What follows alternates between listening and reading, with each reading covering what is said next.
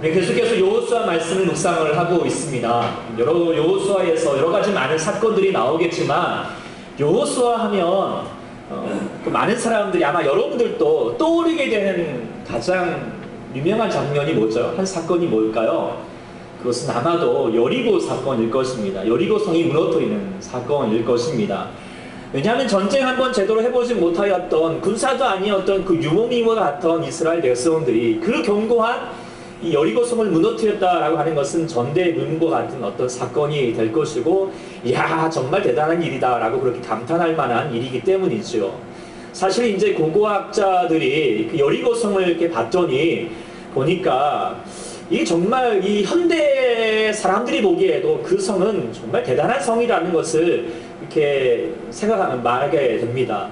왜냐하면 이제 보니까 여리고 성이 한 성이 아니라 얼마나 깜짝 놀라시면 외벽과 내벽이 같이 이렇게 쌍벽으로 되어 있는 그런 성이에요. 게다가 외벽의 이제 바깥의 벽은 5m 정도이고 두께가 2m 정도, 그리고 높이가 7m 되는 벽이었고, 또 내벽도 높이가 14m라고 합니다. 그만큼 아주 견고하고도 아주 전략적으로 세워져 있던 난공불락과 같은 구조로 되어 있는 튼튼한 성이었다고 합니다.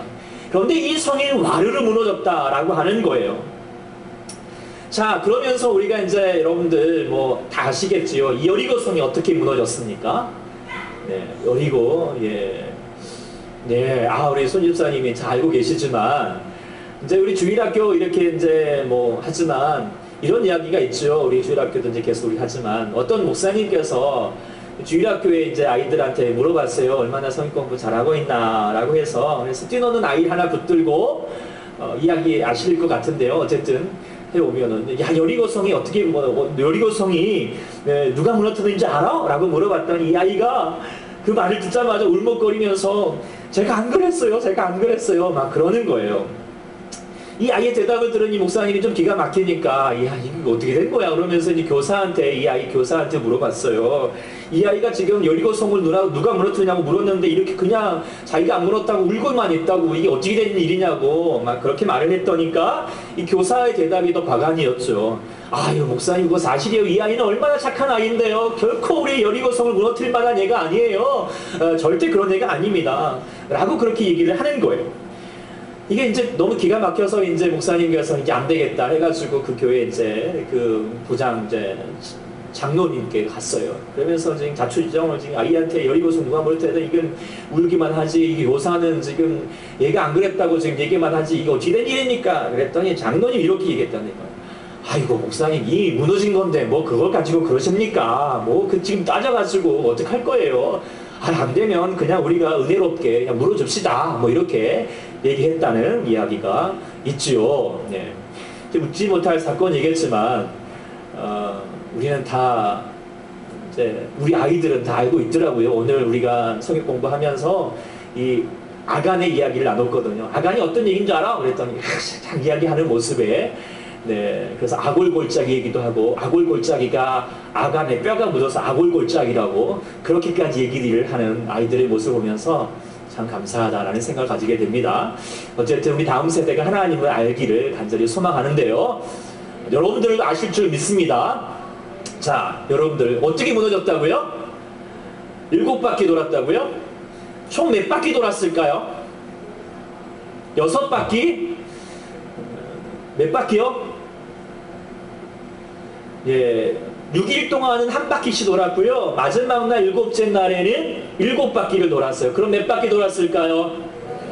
네, 아주 잘하셨습니다. 13바퀴를 돌았어요. 그리고 어떻게 했죠? 돌고 나서 소리를 확 지르면서 그랬더니 어떻게 해요? 무너졌다는 거예요. 근데 이렇게 해서 무너진 걸까요? 네. 정말 이제 이게 정말 이 사실을 알고 저희 아는 분도 자신이 좋아하는 이제 자매가 있는데 결혼을 반대하는 거예요. 그래가지고 이 여호수아 말씀을 읽고 안 되겠다 해가지고 그 아파트 주변은 계속 하루에 한 바퀴씩 돌았대요. 그러면서 기도했대요. 어떻게 됐을까요? 정말 결혼 나중에 하더라고요. 네, 했는데요. 뭐 어떻게 하면 또 과학적으로 소리를 지르니까 그 주파수와 그곳의 성벽의 주파수가 맞춰가지고 무너졌다라고 하는 말이 있지만, 정말 여리고성이 어떻게 무너진 걸까요? 네. 제가 이야기를 계속 드리는 것은 뭐냐면, 여리고성이 무너진 사건이 바로 우리의 사건, 저와 여러분들의 사건이 되어야 하기 때문이에요. 우리에게도 다 여리고성이 있지 않습니까? 다 내가 무너뜨려야 될 거대한 것 하나쯤은 가지고 있어요. 어떤 사람이는 뭐 아직 결혼한 못한 친구, 아까 저런 결혼해야 될, 또한 취직해야 될 문제들, 남편을 구원시켜야 될 문제들, 내가 가지고 있는 여러 가지 문제들, 또 그런 것들을 낫게 되는 거, 우리가 반드시 이루어내야 될, 어쩌면 참 우리가 감당하지 못하겠지만 반드시 해야 될 여리고성과 같은 문제들이 있단 말이에요. 그런데 그 여리고성의 이 사건을 보면서 나도 나에게 가지고 있는 여리고성과 같은 이 문제들을 내가 주님 무너뜨리게 도와주십시오. 우리가 마음 가운데 다시 묵상하고 나가는 것이 바로 우리가 성경을 보는 우리의 모습 아니겠습니까? 그래서 오늘 여리고성이 무너졌다라고 하면, 그래, 내가 다시 한번 그 하나님의 방법을 가지고 내가 다시 한번 그 여리고성과 나의 여리고성을 무너뜨려야 될 것인데, 성을 7바퀴 돌 것인가, 소리를 지를 것이냐 라고 하는 문제일까 라고 하는 것입니다. 그런데 저는 물론 그 방법도 있을 수는 있겠지만, 뭐 7바퀴 돌았다라고 하는 뭐 방법도 있을 수는 있겠지만, 더 중요하게 하나님께서 주셨던 방법이 있습니다. 여리고성을 무너뜨렸던 방법이 있다는 것입니다.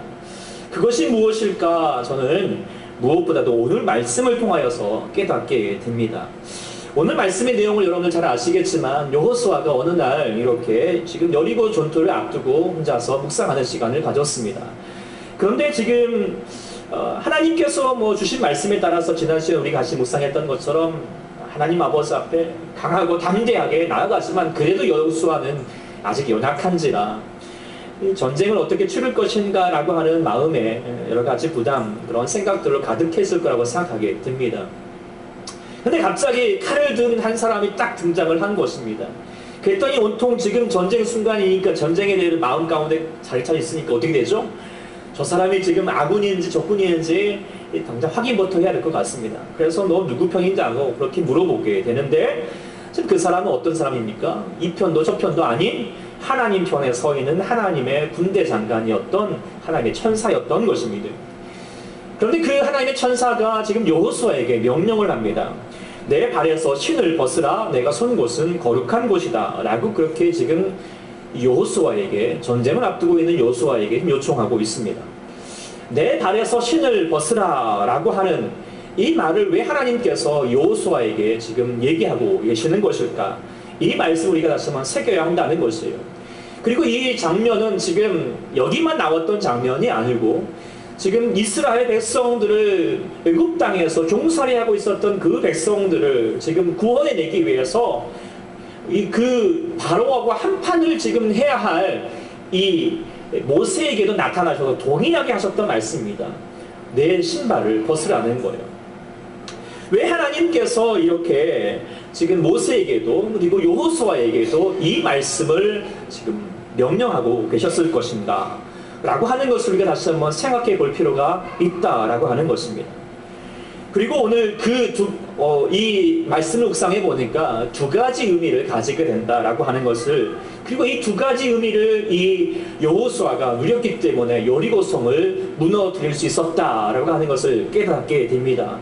성을 몇 바퀴 돌았느냐, 소리를 얼마나 질렀느냐, 몇 데시벨로 되었으니까 성이 무너졌다, 주파수가 얼마 됐다, 그런 문제가 아니라 정말 내 발에서 신을 벗으라라고 하였던 하나님의 용성 앞에, 그 요구 앞에 그가 마음을 다하여서 신신하게 감당해 내었기 때문에 그가 그 여리고성을 무너뜨릴 수 있었던 것처럼, 저희들도 우리의 삶에, 우리의 여리고성 앞에, 이 하나님의 말씀 앞에 우리가 응답받을 수 있는 저희가 될 수 있기를 간절히 소망합니다. 첫 번째 생각할 수 있는 것은 신을 벗으라라고 하는 의미가 뭐냐면, 그것은 내가 하나님 아버지 앞에 나아가는 최소한의 자격을 얻으라라고 하는 것을 의미한다라고 볼 수 있습니다. 지금도 신발 하면은 우리가 착용하는 어떤 것 중에서도 우리 몸에 가지고 있는 가장 더러운 부분이 있잖아요. 뭐 지금이야 우리가 포장도로로 살고 있지만, 당시에는 흙으로 되어 있는, 그러고 해서 먼지 구덩이에서 막 신발로 뒤엎여 사니까 신발이 쉽게 더러워지고 가장 오염된 부분일 것입니다. 그런데 누군가에게, 거룩한 분에게, 깨끗한 분에게, 가장 존엄한 분에게 뭔가를 그 앞에 나가기 위해서 자기의 더러운 부분들을 감추는 마음으로 신발을 벗는 행위가 그 당시에도 있었다라고 합니다. 그래서 최소한의 그 앞에 신발을 벗으라라고 나가는 것은 네가 지금 내 앞으로 나올 수 있는 자격을 갖추라라고 하는 것을 요구하는 것이고, 어찌 보면은 더 뒤바뀌어서 생각해보면은 네가 신발을 벗으라라고 하는 것은 이제 신발만 벗으며 나와 함께 있어도 좋다라고 하는 은혜의 초청장이라고 볼 수도 있는 것이죠. 그래서 하나님께서 지금 여호수아에게 신발을 벗으라라고 하는 것은 지금 하나님께서 내 앞으로 나오기를 원하고 있는 하나님의 부르심이라는 것을 깨닫게 됩니다. 지금 이 하나님께서 여호수아에게 신발을 벗으라라고 하는 이 내용과 견주어서 비슷한 내용들이 5장 전체에 걸쳐서 이야기되고 있습니다. 그것은 뭐냐면 5장 앞에 보면 5장 2절 이하로 보면은 어떤 사건이 나오냐면 이스라엘 전체의 사람들이 할례를 행하는 사건이 나오게 됩니다. 어찌 보면 지금 이 할례를 행한다라고 하는 것은 왜 갑자기 지금 전쟁을 앞두고 할례를 행하겠습니까? 잘못하다가 적군에게 할례를 행한 사건이 발견이 되고 그때 적군이 쳐들어 버리면 몰살당할 수밖에 없는 위험한 상황이기도 합니다. 그럼에도 불구하고 하나님께서 여호수아에게 할례를 행하라라고 그렇게 요청하고 있습니다. 이뿐만 아니라 지금 모세의 경우도 마찬가지였습니다. 모세가 바로하고談판을 지으러 가는 가운데 그 중간에 어떤 사건이 있었냐면 자기 아들을 할례시키지 못했던 것을 하나님께서 노여워하시면서 주기로 하니까 할례를 당장 행하게 하는 일들이 또 생각되었습니다. 왜 하나님께서 왜 할례를 지금 이 하나님의 이 전쟁을 앞두고서 행하게 하셨을까라고 하는 것을 돌아볼 필요가 있다는 것이죠. 할례가 무엇입니까? 할례가 어떻게 행하셨죠? 창세기 17장에 먼저 처음에 나오게 되는데 그 사건은 하나님께서 아브라함에게 복을 주십니다. 그리고 아브라함뿐만 아니라 모든 그의 자손들에게도 복이 되겠다라고 말씀하셨습니다. 그리고 나는 너희 하나님이 되고 그들은 나의 백성이 될 것이다 라고 하나님께서 약속해 주셨어요. 그런데 그 약속의 표징으로서 뭘 하라고 했냐면 바로 이 할례를 행하라 라고 하나님이 말씀하셨던 것입니다. 그러니까 할례라고 하는 것은 하나님께서 이제 너희들은 나의 백성이다. 그리고 나는 이제 더 이상 다른 나라 백성이 아니라 하나님의 백성입니다 라고 할 수 있는 내 마음 가운데 흔적이고 그것이 하나의 표시가 될 수 있습니다. 마치 이제 생각해 보면은 지난번은 저희가 이제 목요일부터 우리가 청소년 집회를 하게 되었어요. 우리가 이제 산업기술대학교에서 하게 되었는데요. 수많은 이제 학생들이 전국 각지에서 몰려왔어요. 이게 그러면서 이제 은혜로운 시간을 가졌는데 저희가 등록을 하면서 그 본부 측에서 이 띠 하나를 이게 줬어요. 이 띠 하나를 여기서 이렇게 차고 있으라고 주는 거예요. 어디서 많이 보셨죠? 이런 거. 어디 가면 보셨죠? 놀이동산 가면 많이 주는 겁니다. 근데 이제 이걸 이렇게 줬어요. 왜 줬을까요? 그 집회 장소가 있는데 아무나 이제 들어갈 수가 없고 등록한 사람이라고 하는 표시를 하기 위해서 이 띠를 주었던 것입니다. 그래서 이건 이제 사실 저는 이게 손목에 뭘 차는 걸 되게 싫어하거든요. 그래서 시계도 안 차고 다니고 반지도 다 싫어하고 그냥 아무것도 안 하고 싶은데 이걸 하고 다니까 너무 귀찮은 거예요. 그래서 싫어. 나 그러면 아니 이런 거 귀찮아가지고 내가 안 하고 다니면 어떻게 될까요? 아무리 내가 그곳에 은혜 받고 싶어도 그곳에 그 은혜의 장소에 들어갈 수 없는 것입니다. 그런데 내가 아무리 못나고 내가 아무리 못생기고 그럴지라도 사실과 다르겠지만 어쨌든 제가 어떤 자격 때문에 아닐지라도 이것 띠 하나가 있으면 어떻게 돼요? 들어갈 수 있는 거예요. 그곳에 들어가서 그 은혜로운 장소에서 마음껏 찬양하고 예배를 누릴 수 있는 것입니다. 마치 지금 하나님께서 할례를 행하라 라고 하였던 것, 그리고 여호수아를 네가 지금 신발을 벗으라 라고 하였던 것이 뭐냐면 네가 지금 나와 함께 있어야 되고 나와 함께 더불어서 이 전쟁을 치러야 되는데 그러려면 내가 너와 함께 있으려면 나의 사람이 되려면 어떻게 해요? 이 바로 할례를 행하고 신발을 벗는 행위를 하라라고 하는 것입니다. 그 행위를 행할 때 그 안에서 하나님의 능력이 너와 함께 더불어서 이루어질 것을 이야기하고 있는 것입니다. 마치 이 뒤 사건에도 나오겠지만 이방인이었던 라합이 여리고성 앞에서 지금 구원을 받게 되었습니다. 그렇죠? 유일하게 그 이방인이었는데 여리고성 사람이었는데 그 사람만 구원을 받게 되었어요. 왜 구원받게 되었을까요? 라합이 뭐 예뻐서 그랬을까요? 미모해서 그랬을까요? 그러지 않았어요. 돈이 많아서 그랬을까요? 그러지 않았어요. 뭐 하나 때문인지 아십니까? 붉은 줄. 그 앞서서 붉은 줄을 네가 매달고 있으면 너 살 것이다 라고 하는 그 약속이 있었기 때문에, 그리고 그 약속을 믿고 붉은 줄을 매달아서 그가 살게 되었다라고 하는 거예요. 만일에 왜 붉은 줄이야, 나는 붉은 줄 싫어해, 그러면서 파란 줄 내렸으면 어떻게 됐을까요? 죽었을 거예요. 마찬가지라는 거예요. 하나님 아버지 앞에 우리가 나아감에 있어서 우리가 하나님 앞에 서야 하는 것인데, 이제 우리가 주님 아버지 앞에 전쟁을 함에 있어서 누구 편에 설 것이냐라고 하는 것이 중요한 문제가 아니라 내가 누구 편에 서야 합니까? 하나님 편에 서야 합니다. 하나님 편에 서야 된다는 거예요. 마치 이제 이 이야기를 아시겠지만 미국 전쟁에서, 남북 전쟁에서 막 사람들이 다 기도하는 거예요. 남측에서 기도하고 북측에서 기도하고 도와달라고, 우리가 이기해달라고 기도할 때 아브라함 링컨이 유명한 말을 했죠. 우리가 누구 편이 되는 것이 하나님이 누구 편에 있는 것이 중요한 것이 아니라 내가 하나님 편에 있어야 된다라고 하는 얘기를 했던 것처럼, 우리가 전쟁에 있어서 승리하는 것은 내가 하나님 편에 서야 합니다. 근데 하나님 편에 서 있다라고 하는 증거를 우리가 가져야 되거든요. 그것이 뭐냐? 여호수아에게는 신을 벗는 것이고 이스라엘 백성들에게는요, 할례를 행하는 것이었고, 라합에게는 붉은 줄을 붙들고 있는 거예요. 그렇다면 저와 여러분들에게 가지는 이 신발을 헨는 붉은 줄을 갖는 이 띠가 뭘까요? 이 띠가 뭘까요? 어떻게 우리가 하나님 편이 될 수 있을까요? 어떻게 주님의 구원 앞에 우리가 주님의 자녀가 되고 주님의 백성이 될 수 있을까요? 여러분들의 노력이 필요할까요? 여러분들의 자격이 필요할까요? 여러분들의 여러 가지 많은 하나님 앞에 드리는 것들이 필요할까요? 아닙니다. 뭐가 필요할까요? 오직 하나, 예수 그리스도를 믿는 믿음일 줄 믿습니다. 그것 하나라는 거예요. 오직 믿음으로 말미암아 우리가 하나님의 구주로 믿고 있을 때, 그로 말미암아 우리 주님께서 우리 어떤 것도 돌아보지 아니하시고 묻지 아니하시고 하나님의 자녀가 되는 권세를 주신 줄 믿습니다. 그래서 죄인된 우리가 하나님 나라를 들어갈 수 있는 자격을 얻게 되었다는 거예요. 그것이 바로 우리 가운데 귀한 은혜인 줄 믿습니다. 그렇다면 우리는 이것을 결코 논할 필요도 없고 따질 필요도 없는 거예요. 만일에 신발을 벗으라고 했는데 왜 신발입니까? 하필이면 나는 다른 것 벗겠습니다 라고 할 수 있는 것도 아니었고요.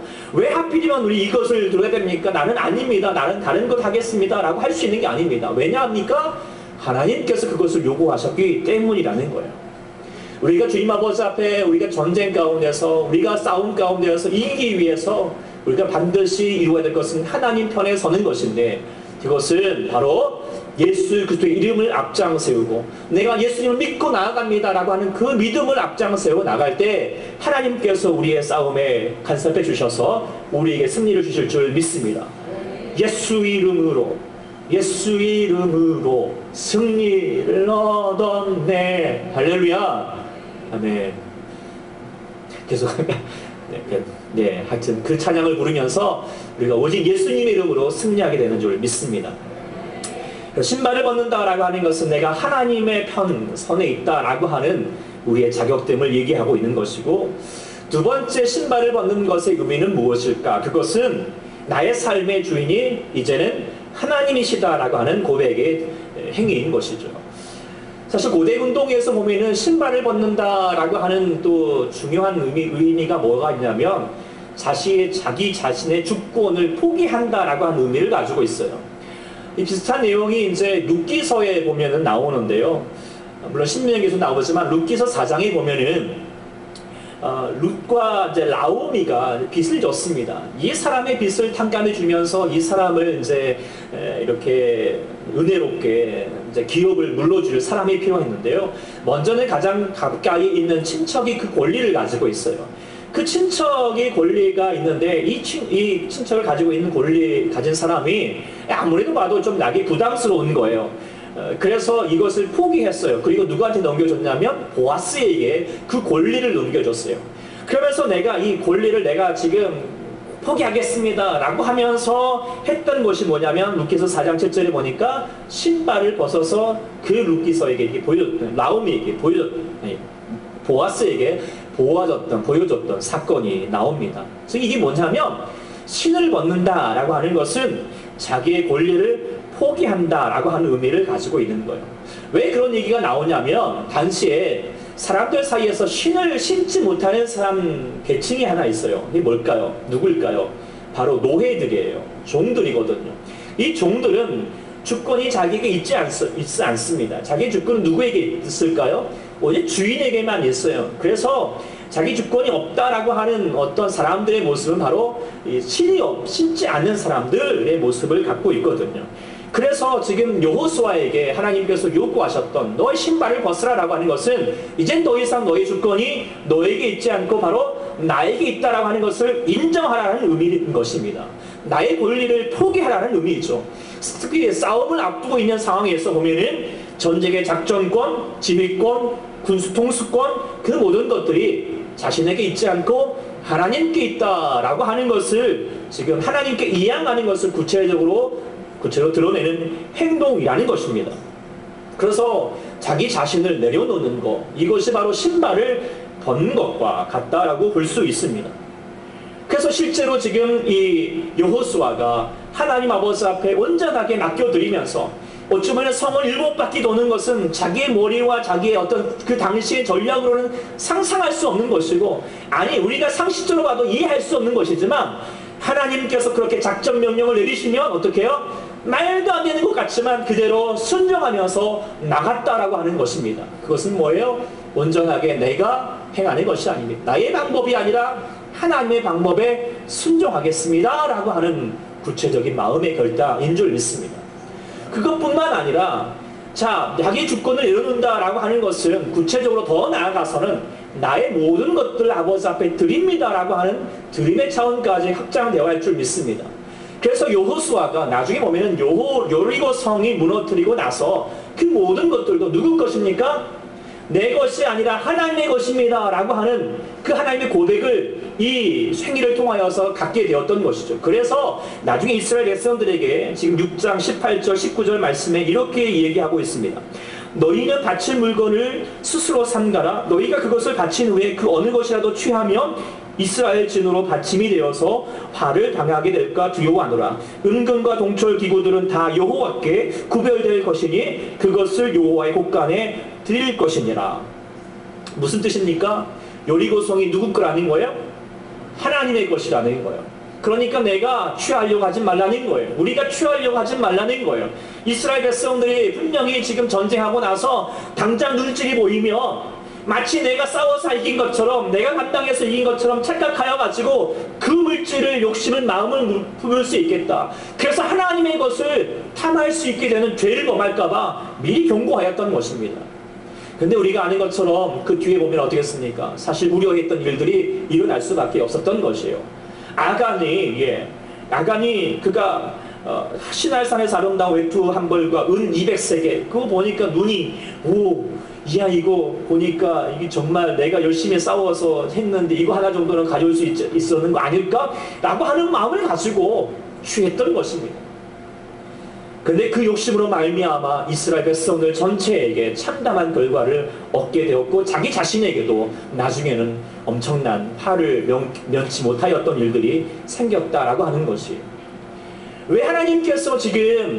왜 주님께서 신발을 벗으라라고 자기 주권을 이양하라고 말씀하시고 그리고 주님께서 구체적으로 우리의 삶 가운데 우리 요구하시는 이유가 무엇일까요?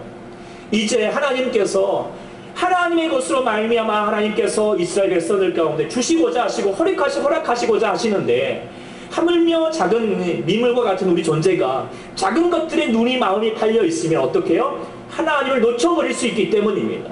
하나님을 바라보지 못할 수 있기 때문입니다. 그래서 오직 눈길을 자신의 마음을 생각을 어디에게 두라고요? 하나님께 드리라 하기 위해서 신발을 벗으라라고 하는 하나님의 뜻이라는 것이에요. 우리가 여리고 성을 분명히 열심히 수고했지요. 물론 돌았지요. 악을 질렀지요. 그렇지만 그 여리고 성에 누가 이기게 하셨습니까? 누가 행하셨습니까? 하나님께서 행하셨습니다. 이것은 누구의 고백이 됩니까?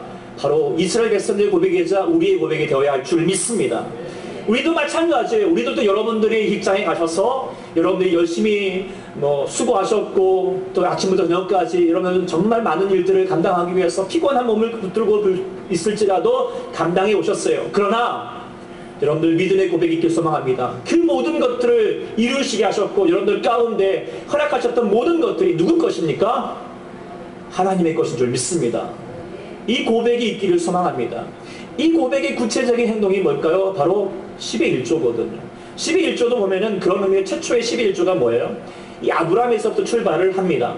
아브라함이 그가 그 5개의 나라의 사람들이 동맹을 맺어가지고 이 아브라함의 조카 롯을 지금 포로로 잡아갔어요. 그리고 이제 자기도 지금 위기에 빠졌으니까 이제 아브라함이 이제 전쟁을 해야 될 것 같습니다. 근데 자기가 꿀 수 있는 사람은 결국 318명, 자기의 종들 318명밖에 없습니다. 이 318명으로 5명의 이 족국, 동맹하였던 족국과 싸워야 되는데 인간적으로 이길 수 있습니까? 없습니까? 없습니다. 그럼에도 불구하고 믿음을 가지고 담대히 나갔어요. 이겼어요? 졌어요? 이겼어요. 근데 이기고 나서 뭐라고 고백합니까? 이 전쟁에서 내가 이긴 것은 내가 이긴 것이 아닙니다. 하나님께서 이겼습니다. 라고 그렇게 고백하면서 드렸던 것이 뭘까요? 바로 10의 1조였습니다. 마찬가지입니다. 우리의 모든 것도 내가 한 것이 아니라 하나님께서 하셨습니다 라고 드린 모든 것이 바로 우리가 아버지 앞에 영광이 될 것이고 이 11조도 주님 아버지 앞에 넉넉한 마음으로 감사한 마음으로 드릴 수 있는 저와 여러분 될 수 있기를 간절히 소망합니다. 그리하면 하나님께서 우리의 모든 것을 더 입혀주시고 더 크신 능력으로 채워주실 줄 믿습니다. 하나님은 결코 우리 가운데 째째하게 너 11조 뺏어가시는 분이 아니십니다. 하나님은 그의 믿음을 보시는 거예요. 내가 내 것이 아니라 나의 삶이 내 것이 아니라 나의 나 된 것이 내가 능력을 낸 것이 아니라 오직 하나님의 능력을 낸 것입니다. 여리고 성도 내가 싸워야 될 여러 가지 적들도 내가 싸워서 이길 수 있는 것이 아니라 하나님께서 싸우실 때 하나님께서 이루실 때 하나님 역사하셔서 승리하게 될 줄 믿습니다. 라고 그 믿음을 주께서 우리 가운데 보실 줄 믿습니다.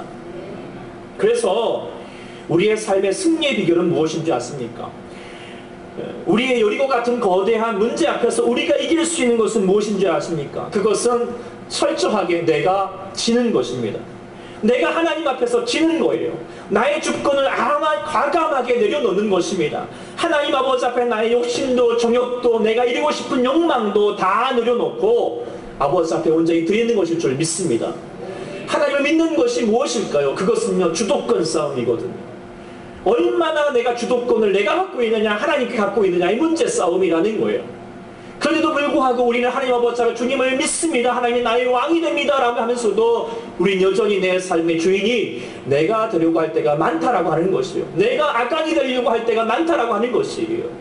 그러나 우리는 주님 아버지 앞에 과감하게 우리의 신발을 벗어 던질 수 있는 자가 될 수 있기를 간절히 소망합니다. 나의 주인은 하나님의 것입니다. 그럼 하나님께서 채워주시는 거예요. 이것이 나의 것을 포기할 수 있는 자가 이 세상을 살아가는 가장 지혜로운 사람이 하는 것이에요. 우리가 아는 이야기 중에 하나가 우리가 이제 밀림의 원숭이들을 잡으려고 그러면 그 방법 중에 하나가 뭐냐면 조그마한 호리병에다가 맛있는 것을 담아두고 그곳에 이렇게 놔두고 있는 거예요. 그러면 원숭이들이 와가지고 처음에 경계하다가 이 호리병 안에 맛있는 게 있으니까 손을 넣어서 그 맛있는 걸 움켜잡습니다. 그런데 빠져요 안 빠져요? 움켜잡으니까 빠지지 않은 거예요. 그래서 낑낑대고 있는데 나중에 이제 그 덫을 설치했던 사람들이 와가지고 막 이렇게 이제 잡으려고 오는데도 불구하고 도망가지를 못하는 거. 왜요? 이것을 놓고 싶지 않아서. 이것이 욕심내다. 그러다가 어떻게 되죠? 사로잡히는 일들이 생긴다라고 하는 이야기를 우리가 알고 있지 않습니까? 이 어리석은 원숭이와 같은 모습들이 우리의 모습이 되는 경우들이 얼마나 많이 있습니까? 우리 스스로 욕심내는 거, 우리 스스로 내가 이것 통하여서 내가 살겠다, 이것만 있으면 배불러지겠다 라고 하는 욕심내는 것들을 내가 움켜잡고 있느니라고 하나님을 놓쳐버리고 하나님을 바라보지 못하고 있는 우리를 범할 때가 얼마나 많이 있습니까? 하나님은 우리 가운데 이미 하나님의 것으로 채워주실 준비가 되어 있습니다. 그러기 위해서 우리가 먼저 무엇을 해야 됩니까? 우리의 움켜잡고 있는 것을 펴야 할 줄 믿습니다. 내려놓아야 합니다. 우리의 신발을 벗어 내려놓아야 할 줄 믿습니다. 그래야 할 때 하나님께서 우리의 놀라운 것으로 채워주신다라고 하는 사실을 믿는 저와 여러분들 될 수 있기를 간절히 소망합니다. 이번 우리 이제 청소년부 캠프에 갔을 때 첫째 날에 한 강사 선교사님 한 분이 오셨는데, 최하진 선교사님이라고, 이분이 이제 어떤 이야기를 가지고 있는가 하면, 이분이 이제 원래 카이스트라고 하십니까? 네. 하여튼 우리나라에서 최고의 대학, 서울대보다도 등급으로 높은 대학이죠. 카이스트 대학의 박사이기도 했다가 또 미국의 스탠퍼드라고요. 네. 하여튼 그래요. 좋은 대학이에요. 하여튼 스탠퍼드라고 하는 그곳에서 연구 교수로 발탁이 되었던 거예요. 그럼 어때요? 우와 하면서 이제 내 이제 앞날은 다 펼쳐졌다라고 하면서 이렇게 그것을 꽉 붙잡을 수 있겠지만, 그때 이 최하진 선교사님이 과감하게 그것을 내려놓았어요. 왜요? 이제 내가 하나님께 드릴 수 있는 것이 생겼다라고 하면서 이 연구 교수직을 하나님께 올려드리고, 자신이 하나님께서 이루어야 될 하나님의 꿈을 향하여서, 그리고 중국에 가서 하나님의 학교를 세우고 많은 청소년들을 주님 아버지 앞에 돌아오게 하는 일들을 감당하였던 것을 볼 수 있게 됩니다. 그러면서 그가 책을 썼던 걸 제가 나중에 이제 이렇게 봤는데, 그 책을 보니까 책 제목이 이렇게 되어 있더라고요. 신앙은 반응이다 라고 하는 책의 내용을 썼어요. 그러면서 책 내용 중에 이런 내용이 있습니다. 보면 이렇습니다. 최하진 선교사는 신앙은 반응이다라고 정의를 하는데, 하나님의 사랑에 우리가 어떻게 반응하느냐에 따라서 신앙의 질이 결정되고, 하나님은 우리를 끊임없이 간섭하시고 우리의 반응을 기대하신다라고 말하고 있다. 그리고 하나님은 언제나 그의 뜻 안에서 최선으로 우리를 인도하시기 때문에 하나님에 대한 반응이 긍정적일수록 우리의 삶은 그만큼 성공적일 수밖에 없다라고 강조하고 있습니다. 무슨 뜻일까요? 내려놓으면 내려놓을수록 그것이 결코 손해보는 것이 아니라 더 많은 축복과 더 많은 하나님의 권능이 우리 가운데 이루게 되는 과연 하나의 단계라고 하는 것을 깨닫게 되는 것이에요. 그래서 우리 청소년들에게 과감하게 얘기하는 거예요. 너희들 열심히 공부하라는 거예요. 열심히 공부해가지고 박사가 되든지 뭐가 되든지 되라는 거예요. 그리고 그때 다 내려놓으라는 거예요. 내려놓을 수 있는 마음을 가지라는 거예요. 뭐 이거 이제 들으면 부모님들은 어떻게 열심히 공부시켜놨는데 이렇게 해가지고 이게 뭐 그런 마음. 그런데요, 그렇게 포기한 만큼 어떻게 해요? 하나님께서 그 아이의 삶을 지켜주시고요, 누구보다도 귀한 인생이 되게 하시겠다라고 하는 거예요. 그걸 알기 때문에 과감하게 내려놓을 준비를 하라라고 얘기하고 있는 것일 줄 믿습니다. 바로 여러분들도 마찬가지고 저에게도 마찬가지인 줄 믿습니다. 우리도 살다 보면 우리 가운데 여리고성, 저건 무너뜨려서 내가 저걸 통하여서 누리고 살겠다라고 하는 마음이 생각이 되겠지만, 그 모든 거 내가 가지려고 생각하지 말고, 내가 하겠다라고 생각하지 말고 내려놓을 수 있는, 우리의 신발을 내려놓을 수 있는 우리가 될 수 있기를 간절히 소망합니다. 그리야 할 때 하나님께서, 우리 주님께서 우리 가운데 역사해 주셔서 우리를 대신하여 싸워주시고, 우리의 방법이 아닌 하나님의 방법으로 말미암아 나아갈 때 하나님께서 크신 기적과 같은 삶으로 우리를 채워주실 줄 믿습니다. 마지막으로 찬양을 함께 드리고자 하는데요, 이 찬양으로 같이 우리 수련회 때 같이 우리 아이들과 함께 더불어서 찬양을 하고, 그래서 이제 저도 목이 좀 가서 오늘 찬양 예배 못 드리고 이렇게 하고 있지만, 정말 마음 가운데 다짐하게 되었던 고백이 있습니다. 오늘 여호수아의 고백과 마찬가지일 것 같습니다. 그것은 뭐냐면, 전쟁은 나에게 속한 것이 아니다라고 하는 거예요. 전쟁은 누구에게 속했습니까? 다윗에게 속했다. 하나님께 속했다. 이게 누구의 고백이냐면 다윗의 고백이거든요. 그가 정말 골리앗 앞에 섰을 때 두려워 떨 수밖에 없습니다. 인간적으로 보기에는. 그러나 그가 담대하게 물맷돌을 돌리면서 골리앗 앞에 다가갈 수 있었던 것은 뭐일까요? 전쟁은 내게 속한 것이다. 하나님께 속했다. 그러면서 마치 지금 여호수아가 신발을 내려놓은 것처럼 자신의 모든 것들을 내려던지고 그 적군 앞에 담대하게 나갈 수 있던 믿음의 역사인 줄 믿습니다. 우리도 마찬가지예요. 우리의 삶에서 두려운 문제들이 있겠지만 감당하기도 어렵고, 때로는 그 앞에 서 있으면 두려운 마음들이 생기고, 어찌할 것인가 우리 마음 가운데 주저되는 마음이 있을지라도 그때 하나님께서 너의 신발을 벗으라, 너의 주권을 다 포기하고 내가 하나님의 예수 그리스도 이름을 앞장서서 나아가라, 그리하면 너희 가운데 승리를 주실 것이다 라고 하는 그 약속의 말씀을 붙들고 오늘도 담대하게 선포하며 나갈 수 있는 저와 여러분들 될 수 있기를 간절히 소망합니다. 찬양으로 다시 한번 아버지 앞에 영광 돌리며 나가겠습니다.